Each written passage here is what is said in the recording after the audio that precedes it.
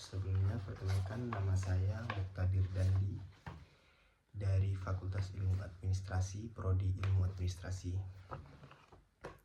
Jadi kali ini saya akan mereview buku yang berjudul Manajemen Pelayanan Publik.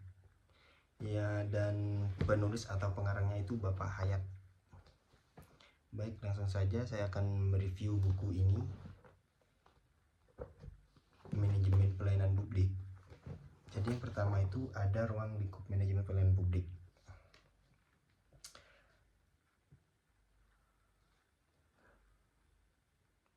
Dalam dunia digitalis ini, teknologi terus berkembang sehingga manusia harus dituntut untuk berinovasi dalam dunia digitalis ini. Dalam konteks pelayanan publik, inovasi dalam pelayanan harus juga beradaptasi dengan teknologi masyarakat.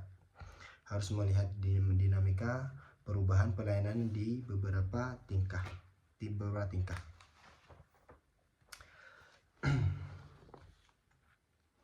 Biografi sehingga masyarakat menjadi tahu. Dalam buku yang saya review ini merupakan dasar pengetahuan kita untuk menjadi bahan ajaran atau referensi dalam konteks pelayanan publik di prinsip-prinsip sampai pada inovasi pelayanan publik. Jadi yang bab kedua ini ruangan lingkup manajemen pelayanan publik. Dekade 2000-an menandai periode penting di Indonesia dengan terjadinya perubahan mendasar dalam pengelolaan tata pemerintah. Pada periode ini tujuan utama dimulai gerakan informasi tata pemerintah adalah untuk menciptakan sistem pemerintah yang bersih,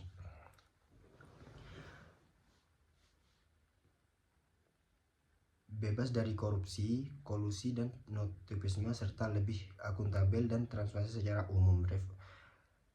Reformasi tata pemerintah di Republik Indonesia memiliki 3 tujuan. Yang pertama itu penataan struktur pemerintah negara, upaya untuk merancang kembali struktur dan fungsi lembaga-lembaga pemerintah agar lebih efisiensi dan efektif. Terus yang kedua, desentralisasi pemerintah, meningkatkan keterlibatan daerah dalam pengambilan keputusan dan pengelolaan sumber daya. Terus yang ketiga ini,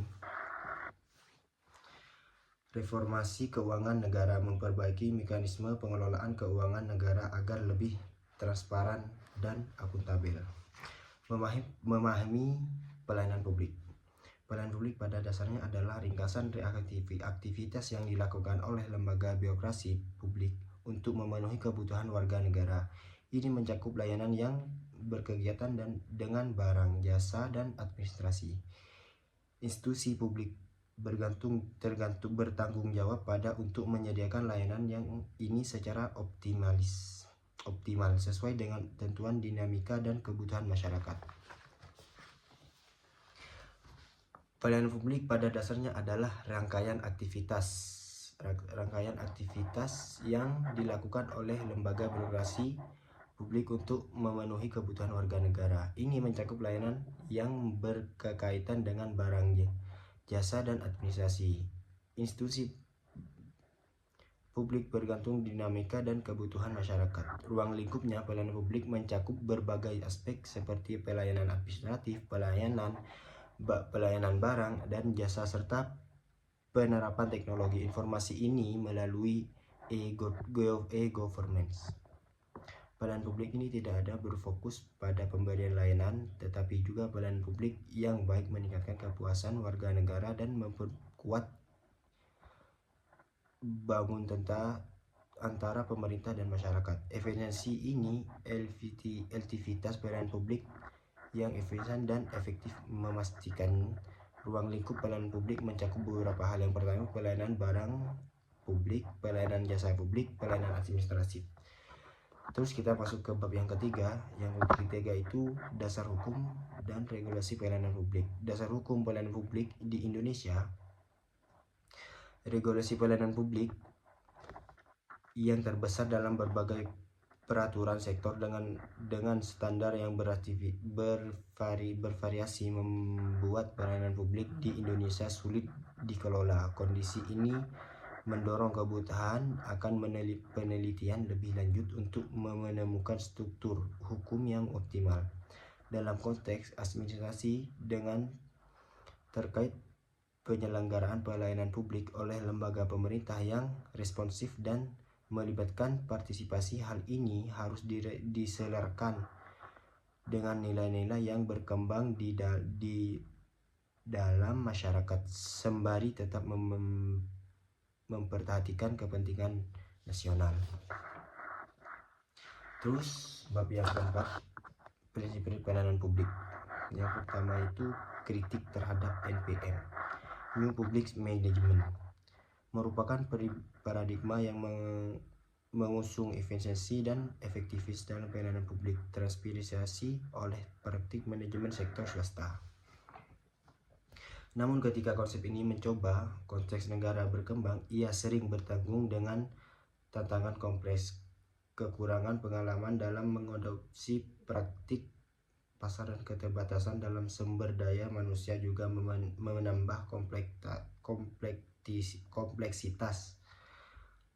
kompleksitas dalam menerapkan NPM. Tanpa dukungan regulasi yang kuat di birokrasi yang efisien, upaya untuk menerapkan NPM seringkali tidak mencapai hasil yang diharapkan dan bahkan dapat berakhir dengan kegagalan untuk mengatasi tentang ini. Diperlukan pendekatan yang lebih disesuaikan dengan realitas negara berkembang, termasuk peningkatan kapasitas sumber daya manusia, membangun kerangka hukum yang lebih matang, dan membangun infrastruktur pasar yang lebih inklusif dan berkelanjutan. Pendekatan ini harus mempertimbangkan kondisi lokal dan memanfaatkan pelajaran dari negara-negara yang lebih berhasil menerapkan NPM seperti Singapura.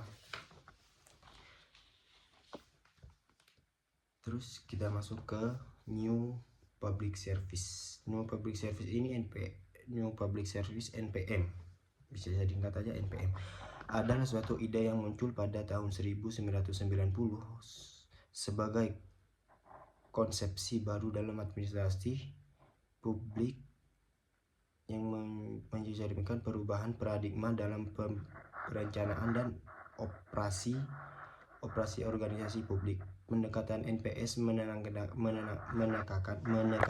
kerjasama, partisipasi masyarakat, dan sosialisasi dan kepentingan bersama dengan maksud untuk meningkatkan keterlibatan dan pertanggungjawaban sektor publik. Merupakan akar dari konsep pelayanan publik ini dimaksudkan agar dapat lebih efektif dan memenuhi kebutuhan masyarakat.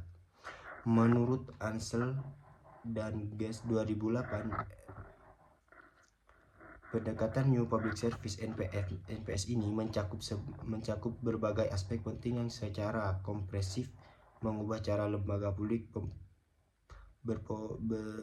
beroperasi dan berinteraksi dengan masyarakat. Yang pertama itu fokus pada pelayanan publik, terus yang kedua kolaborasi, yang ketiga pemerataan sosial, yang keempat transparansi, yang kelima inovasi, yang keenam efisiensi anggaran, yang ketujuh daya tangkap, yang ke-8 membangun kepercayaan, yang 9 keberlanjutan, yang 10 pembangunan keterlibatan. Terus masuk ke bab yang kelima, bab kelima ini kualitas pelayanan publik. Dalam Undang-Undang Nomor 25 Tahun 2009 tentang pelayanan publik didefinisikan sebagai kegiatan untuk serangkaian kegiatan yang bertanggung memenuhi kebutuhan pelayanan sesuai dengan ketentuan perundang-undang bagi setiap warga negara dan penduduk atas barang, jasa, dan atau pelayanan administratif yang disediakan oleh penyelenggara pelayanan publik. Penyelenggaraan pelayanan publik yang sering disebut sebagai pemerintah negara memegang peran penting dalam fungsi untuk menjadi dasar bagi negara, yaitu fungsi regulasi dan fungsi pelayanan. Fungsi regulasi biasanya terkait dengan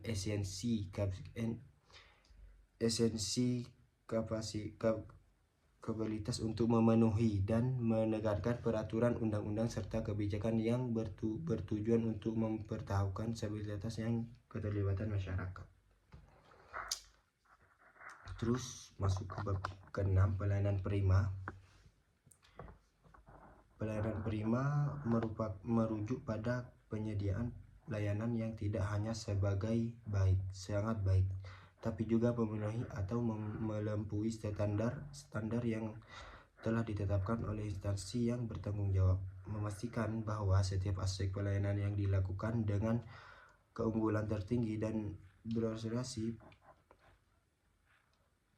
pada kepuasan maksimal pengguna layanan. Istilah ini excellent service mencerminkan pelayanan yang mendekati kesempurnaan yang memberikan kepuasan kepada penerima layanan. Pelayanan dapat disebut prima ketika instansi yang memberikan layanan mampu memberikan kepuasan kepada pihak yang dilayani, bahkan jika belum ada standar pelayanan yang jelas. Terus masuk ke bab yang ketujuh, permasalahan manajemen pelayanan publik. Pada era reformasi di Indonesia terjadi perubahan besar dalam cara penyelenggaraan pelayanan publik. Awalnya terdapat pendekatan yang disebut deregulasi setengah hati. Dalam pendekatan ini, pemerintah melakukan deregulasi atau pengurangan aturan hanya pada sektor-sektor tertentu.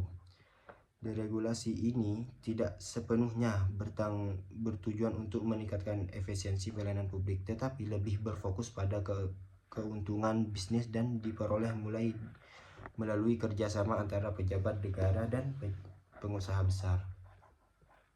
Namun meskipun sudah sekitar 10 tahun sejak dimulai era reformasi politik di Indonesia setelah jatuhnya Presiden Soeharto pada tahun 1998, penyelenggaraan pelayanan publik masih terhadap banyak tentang pemerintah telah berusaha untuk meningkatkan kualitas pelayanan kepada masyarakat.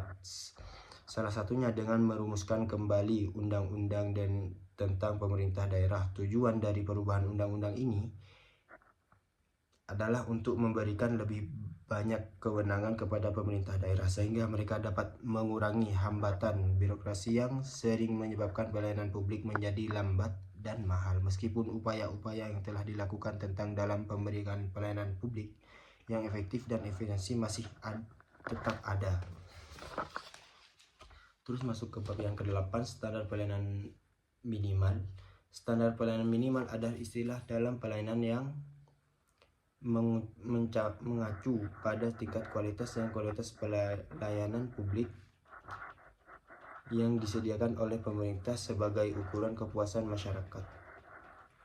Beberapa sumber telah menjelaskan konsep SPM sebagai berikut. Yang pertama itu berdasarkan pasal 1 ayat 27 Undang-Undang Nomor 23 Tahun 2011 tentang pemerintahan daerah. Standar pelayanan minimal adalah peraturan yang menetapkan jenis dan kualitas layanan dasar yang merupakan kewajiban pemerintah yang harus diterima oleh setiap warga negara secara minimal. Terus yang kedua ini, menurut pasal 1 ayat 7 dari Undang-Undang Nomor 25 Tahun 2009 tentang pelayanan publik, standar pelayanan adalah suatu tolak ukur yang menggunakan sebagai panduan penyelenggaraan layanan dan sebagai landasan yang menilai kualitas layanan sebagai bertanggung jawab dan komitmen dari penyelenggaraan terhadap masyarakat, dengan tujuan untuk memberikan layanan yang berkualitas, mudah diakses, cepat terjangkau, dan dapat diukur. Terus yang ketiga, menurut pasal 1 ayat 6 Peraturan Pemerintah Nomor 65 Tahun 2005 mengenai panduan penyusunan dan penerapan standar pelayanan minimal SPM, standar pelayanan minimal adalah peraturan yang menetapkan jenis dan kualitas. Selanjutnya, pelaksanaan kinerja dan profesional pelayanan publik. Kepuasan masyarakat adalah tujuan lama untuk anggota layanan yang unggul. Kepuasan dan ini dapat dicapai dengan memastikan bahwa layanan yang disediakan sesuai dengan standar yang mapan. Setiap karyawan di lembaga pemerintah menghilangkan tanggung jawab untuk melayani masyarakat dengan baik dan terus meningkatkan keterampilan di pelayanan. Salah satunya aspek penting dari keterampilan dalam anggota layanan adalah memiliki pengetahuan yang lebih baik tentang layanan yang berikan masyarakat, merasa bahwa karyawan tersebut adalah seorang profesional. Akhirnya, sektor publik. Pengukuran kinerja memiliki peran yang sangat penting dalam mendukung mencapai tujuan sebuah organisasi atau instansi seperti yang diuraikan oleh Rasul 2000-an. Beberapa aspek penting pengukuran kinerja adalah sebagai berikut. 1. Memastikan pemahaman terhadap ukuran kinerja. Para pelaksana yang dibutuhkan oleh pengukuran kinerja untuk memahami ukuran yang digunakan dalam menilai pencapaian kinerja. Yang kedua, mencapai rencana kerja yang disepakati. Instansi dapat memastikan tercapai rencana yang telah disepakati melalui pengukuran kinerja. Yang ketiga, memantau atau mengevaluasi pelaksanaan kinerja. Pelaksanaan kinerja dapat dipantau oleh evaluasi mulai pengukuran kinerja serta dibandingkan dengan rencana kerja dan tindakan untuk memperbaiki kinerja yang kurang optimal dan dapat diambil. Terus lanjut bab ke-10, budaya etika dan kode etik dalam pelayanan publik. Pelayanan publik adalah fondasi utama yang mendukung kesejahteraan teknologi semata. Salah satu aspek krusial yang juga harus diperhatikan adalah moralitas.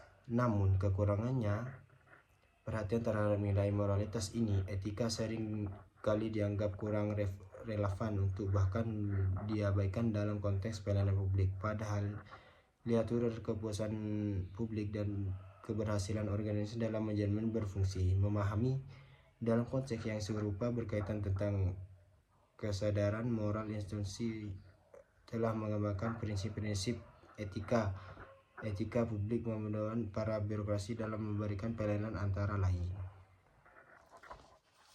Terus masuk bab ke-11 yaitu transparansi, akuntabilitas, responsibilitas, partisipasi publik dan integrasi pelayanan publik.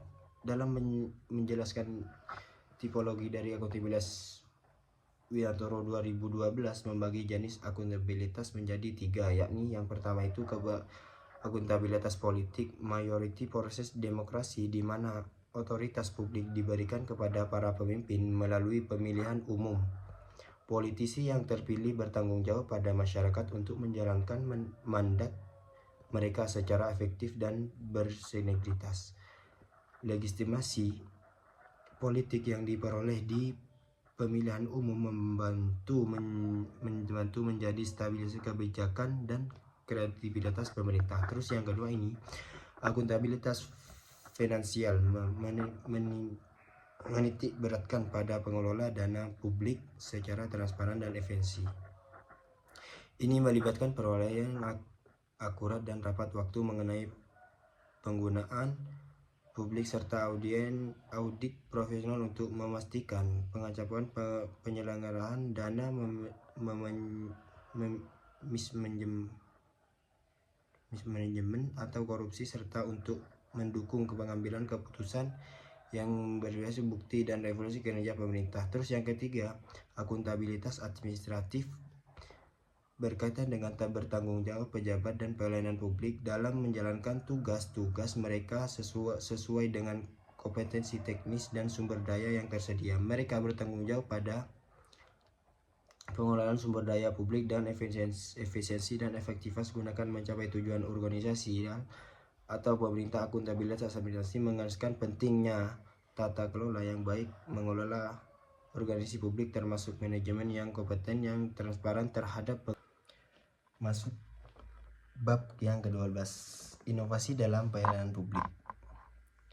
Inovasi dalam pelayanan publik merupakan katalis yang mengubah wajah layanan yang disediakan oleh pemerintah. Ini bukan hanya tentang peningkatan kecepatan dan atau kualitas layanan, tetapi juga tentang transformasi cara pemerintahan berintegrasi dengan warga.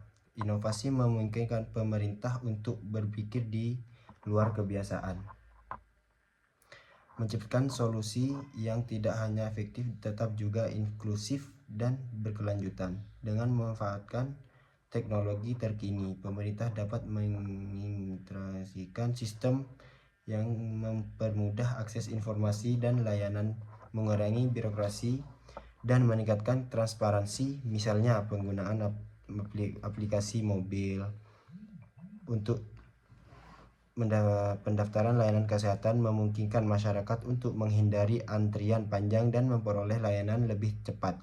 Selain itu, analisis data besar dapat membantu pemerintah dalam mengidentifikasi tren dan kebutuhan masyarakat sehingga kebijakan yang dibuat lebih tepat sasaran dan efektif. Mungkin itu saja yang bisa saya resume.